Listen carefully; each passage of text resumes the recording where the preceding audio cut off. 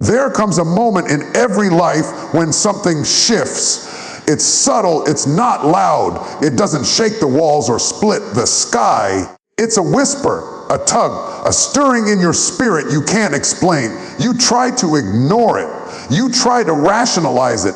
You tell yourself it's just emotion, just fatigue, just a phase. But it keeps coming back. That's not coincidence. That's not anxiety. That's a holy nudge. It's the divine interruption that refuses to let you stay comfortable in a place you've already outgrown. It's the sacred discomfort that shows up when your current reality can no longer contain your future identity. You feel restless, not because you're failing, but because you're evolving. The nudge comes when you've been praying for change, but you didn't expect the answer to require movement.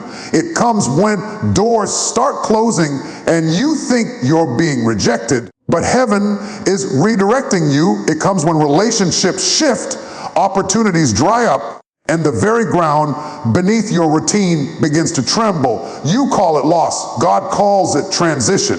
See, turning points rarely announce themselves with celebration. They often arrive disguised as pressure. Pressure to grow, pressure to decide, pressure to release what no longer serves your purpose. And pressure has a way of revealing who you really are. It squeezes out fear, it squeezes out doubt, but it also squeezes out faith. There is always a whisper before the shift, before the doors close, before opportunity appears, before the elevation becomes visible. It starts quietly, so quietly that if you are distracted, busy, or emotionally overwhelmed, you will miss it. The whisper does not compete with noise. It waits for stillness. This holy nudge is not random emotion. It is not insecurity. It is not ambition alone. It is the subtle signal that your current season has reached its limit. You may be functioning well on the outside, but inside something feels unsettled. You accomplish goals, yet fulfillment feels distant. You smile in public, yet privately you sense there is more. That whisper is the announcement that a shift is forming. The whisper often challenges what feels safe. It questions routines you've grown comfortable with.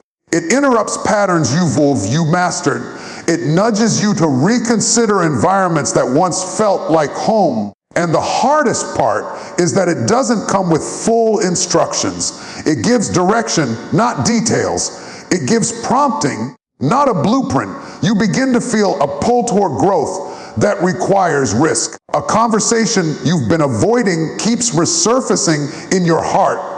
An idea you dismissed keeps returning stronger. A dream you buried under responsibility starts knocking again. That is not coincidence. That is alignment trying to get your attention.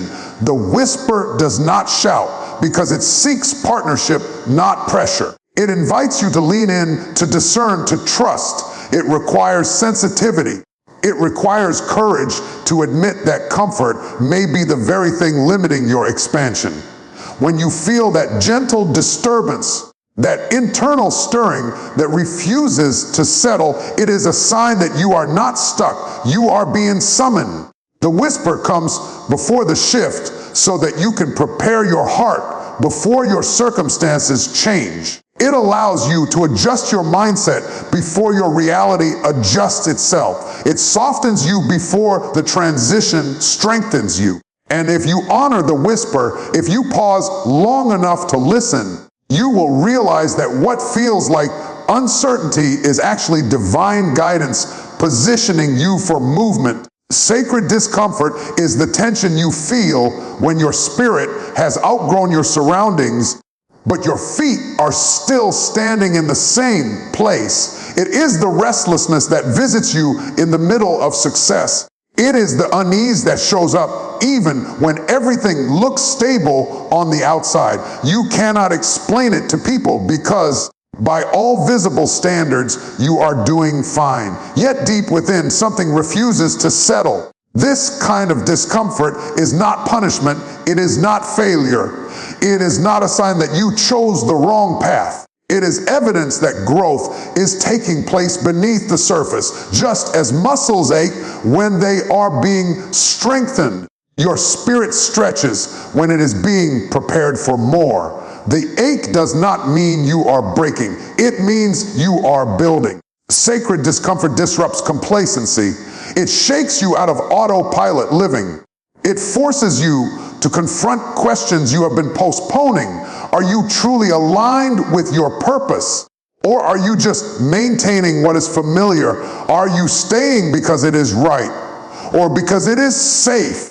Growth begins the moment you become honest about the difference. The challenge is that discomfort feels inconvenient. It interrupts routines. It unsettles relationships. It exposes areas where you have been shrinking to survive instead of expanding to thrive.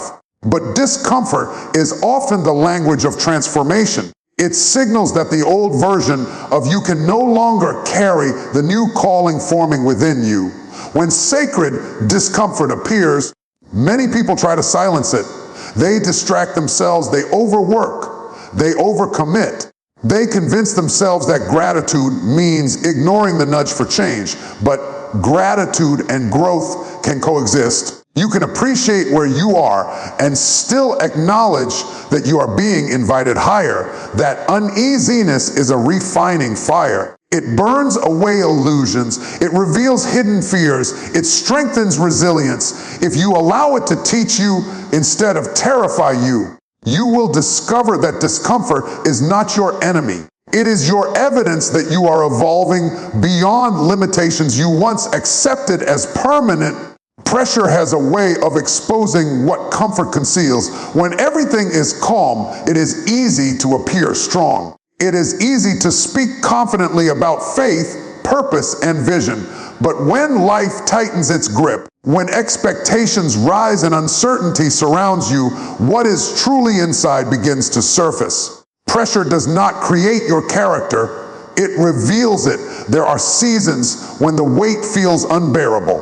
Deadlines close in. Responsibilities multiply. Opposition increases. You pray for relief, yet the intensity remains. In those moments, it can feel like you are being crushed, but pressure is often the very tool that shapes purpose. Diamonds are formed under strain.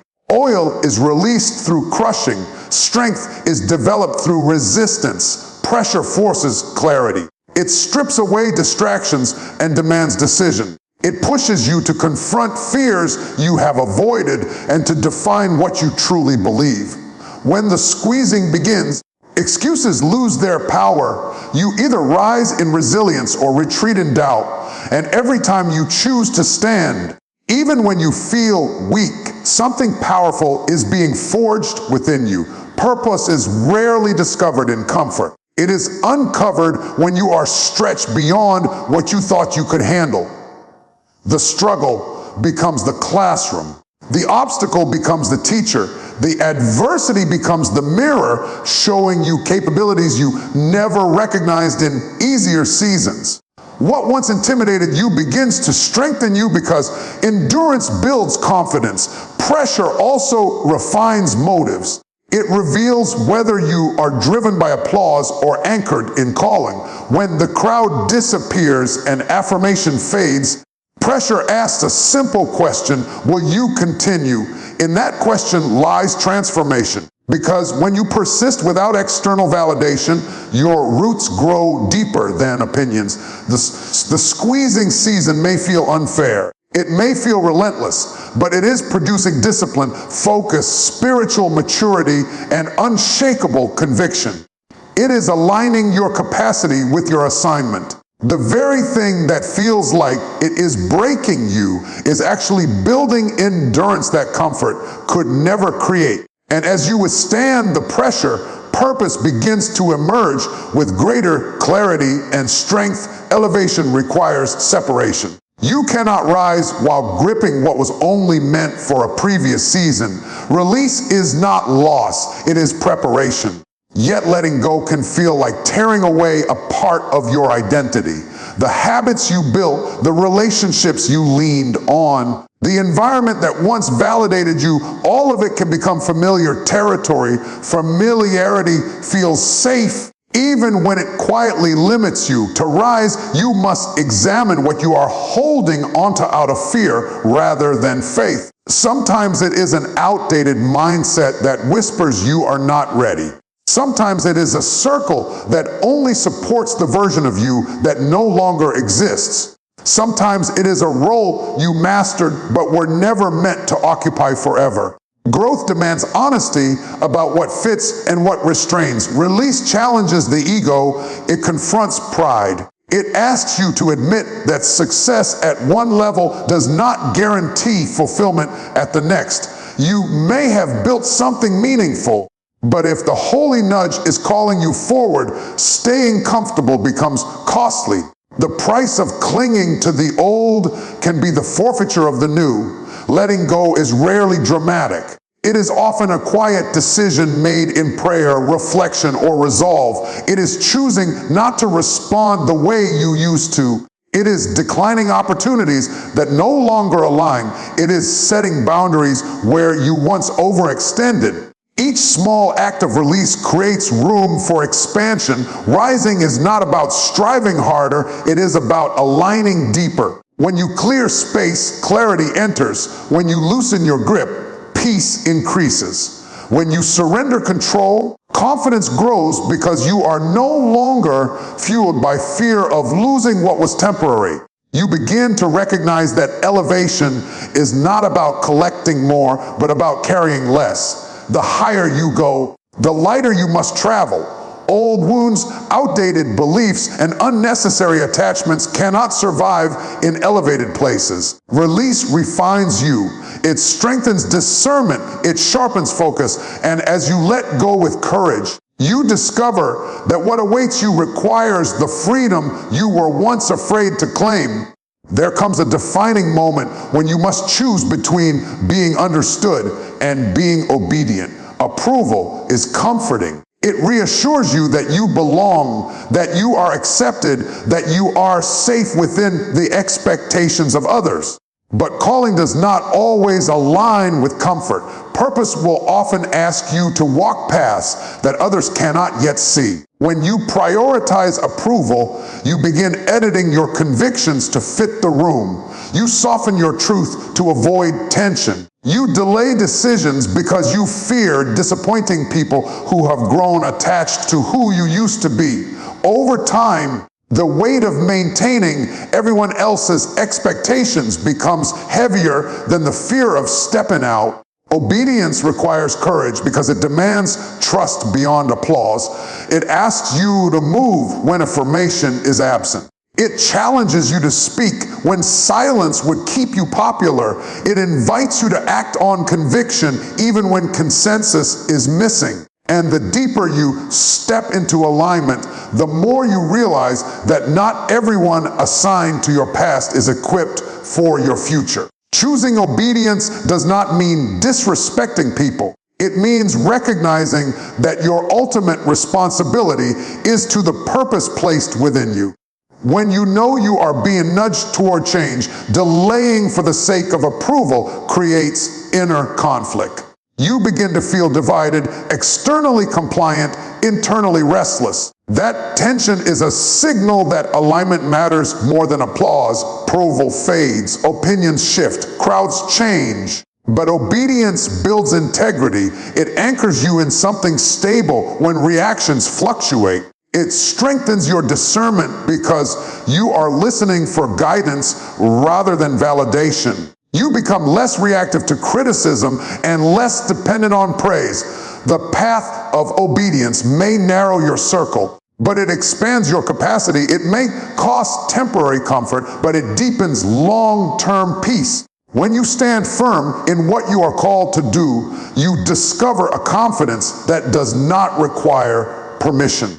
You begin to move with clarity, not because everyone agrees, but because you are aligned with the direction placed on your heart. Every transformation begins with a decision, not a grand announcement, not a perfectly mapped strategy, just a simple, powerful yes. Your yes is the pivot. It is the invisible line between who you have been and who you are becoming. Long before circumstances shift, long before results appear, the turning point happens internally. You can sit at the edge of change for years, analyzing, questioning, waiting for guarantees. You can gather advice, seek confirmation, and rehearse possibilities. But nothing moves until you decide. Your yes activates movement. It signals readiness.